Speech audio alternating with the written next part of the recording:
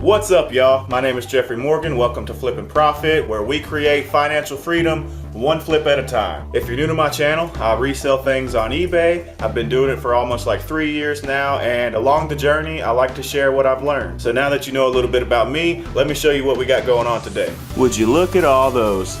If you saw my recent video, we went to the recycling event, and these are all the DVD VHS players or DVD VHS combos, and we even, to my own surprise, got a DVD recorder with the remote and everything. I mean, those things are very valuable. So what we need to do today is test all of these, see which ones are working and which ones are not working. But before we do that, I need to actually set up my testing station. So this is the downstairs of my house. As you can see, it is a mess down here. This is where I keep all my storage, all my bins with my clothes in it, lots of electronics and things, more shelving, shipping supplies, you know, bubble wrap, everything. And right here is where I've been meaning to set up a TV so that I can kind of have a testing station right here. I can just plug up any VCR, DVD, or whatever to the TV, see if it works, then clean it up and get it ready to take pictures and list on eBay. But like I said, I've been meaning to put this together. It'd be nice to have a little testing station down here. So what better time than now, since I got 16 of them to test. So let me get this testing station set up real quick and we'll get started. Well, I came across a dilemma already. I just realized there's no stud. It's just a thin piece of paneling right here, and there's no stud running sideways for me to drill the wall mount into. So we're gonna have to do something about that. Good thing I had this 2x4 laying around. Another thing that I'm missing is a level, but I'm really not worried about it being level. It's gonna be for a testing station anyway, so I'm really just gonna use my speed square, and that looks pretty straight to me.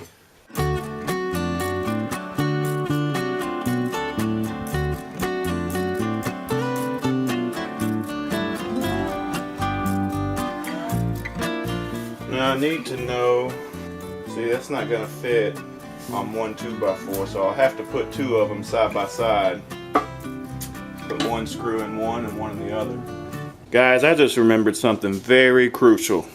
I don't have any screws long enough to go through that 2x4. We're going to the hardware store.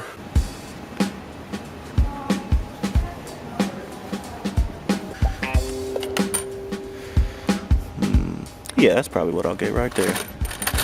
Give me a handful of these. You vlog on YouTube? Yeah. What's your YouTube? I'll look you up, subscribe. Flip and Profit. I like resell stuff on eBay. Alright, now that I got these screws, let's get this board cut. But real quick, shout out to Logan at S&J Farm and Feed for helping me out find the screws. I had asked him if it was okay if I film in the store. He said it was cool. I told him what I do, like reselling on eBay and stuff and showing my journey on YouTube, and he thought it was really cool, said he was going to subscribe. So thank you, Logan, and I hope you enjoy the content.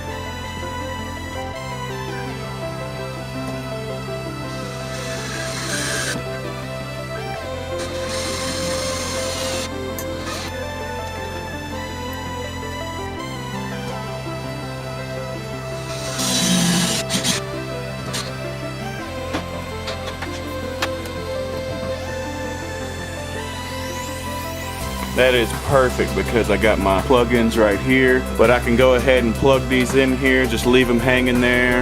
I got my other power surge right here, so whenever I bring a VCR or something in here, I can plug it up right here, and then I'll have my cords hanging right here that I plug into the VCR or the DVD player, and then put a tape or a DVD inside the player and see if something comes up on the screen.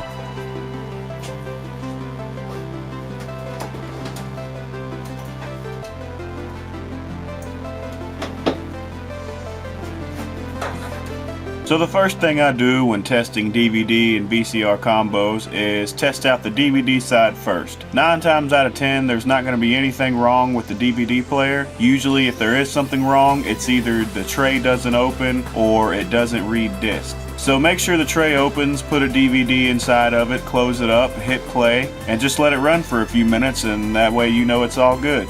Most of your problems are going to come from the VHS side. First thing I do is put a tape in, try to hit play. Sometimes as soon as you put a tape in, the player will shut off. You can turn it back on and hopefully it will start functioning properly. But sometimes it will just continue to do that. It will power off every time you put a VHS in, and then when you power it back on, it'll spit the tape back out at you. I'm not really sure what causes that problem, and to me it's defective, and so I just throw it in the junk pile. Make sure you're using a good tape so that a bad tape doesn't make you think the VCR is malfunctioning. But if you do get a tape to play, then you need to make sure that the tracking still works correctly. Let the video play for a while, make sure it works correctly, and then I like to fast forward it and then rewind it, and then I like to stop it and fast forward and rewind. Make sure all the motors are working correctly, and even listen to the motor when you're fast forwarding or rewinding at high speed and see if the motor is consistent or if it's winding down. And what I mean is just simply the noise is getting lower and lower. Sometimes that means that motor is about to wear out, and you might want to test it a good few times and make sure it doesn't break right there in front of you. But usually those are the problems you have with VCRs, and if you don't find any problems after doing all that, then you got a good system. And here's what you need to do if you get a tape stuck in the VCR. If the tape ever gets stuck like that, just try to pull without tearing so you can get a little bit of slack on it, and then push the flap up and kind of push the tape back to the hole. That way there's a lot of slack on the film, and then put your finger in there and kind of push the film to the top of the VCR, and then try pulling out. Usually the film kind of came out and it's just sitting, it's falling down, you know, on top of something and getting hung up. Just push that button to the side, push the flap back, and you can tighten the film back up.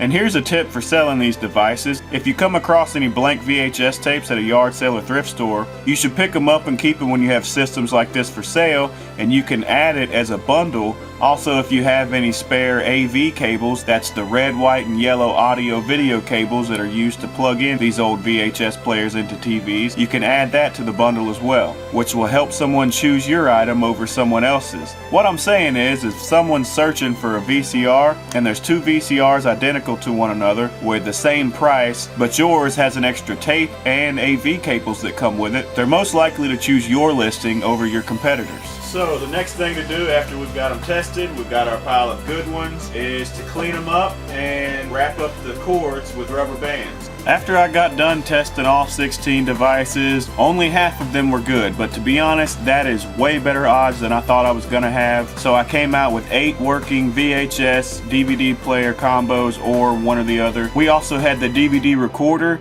and I did not notice until testing it, we picked up a DVD VHS dubbing system, which fortunately it worked perfectly fine. And if you're seeing this and you think these things are too big, too clunky to ship, you know, gonna be too much of a hassle, well then maybe when you consider the profits that you're gonna make, and if you think they're gonna take up a lot of space, no, not these things. They sell really fast. So within a week from me listing these 8 systems, I've sold 5 of them already. And I'm gonna go ahead and show you which ones I've sold. The first one we sold was the Magnavox MWD 2205.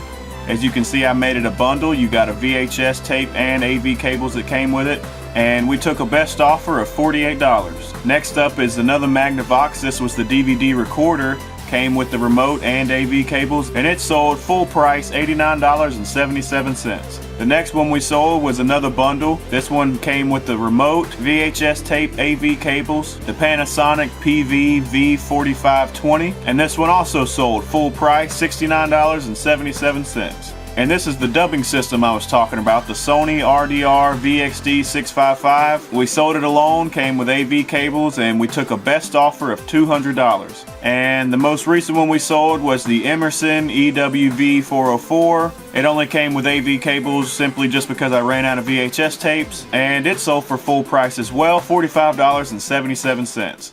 Hit the like if you learned something new today. Also, don't forget to subscribe. I appreciate each and every one of you watching. I really do. It means a lot to me. I hope that what I share with you helps you become a better reseller, or, you know, not be scared to go out and try it for the first time. Or maybe even if it's not reselling, but there's something you've always been wanting to try, but you're too kind of scared to pull the trigger. Don't let anything hold you back from getting what you want. And when you appreciate what you have, you attract more. So be kind to others, be friendly to others, appreciate who you have around you, and you never know what good things may happen. So with that, I wish good flips for everyone, and until I see you next time, keep flipping.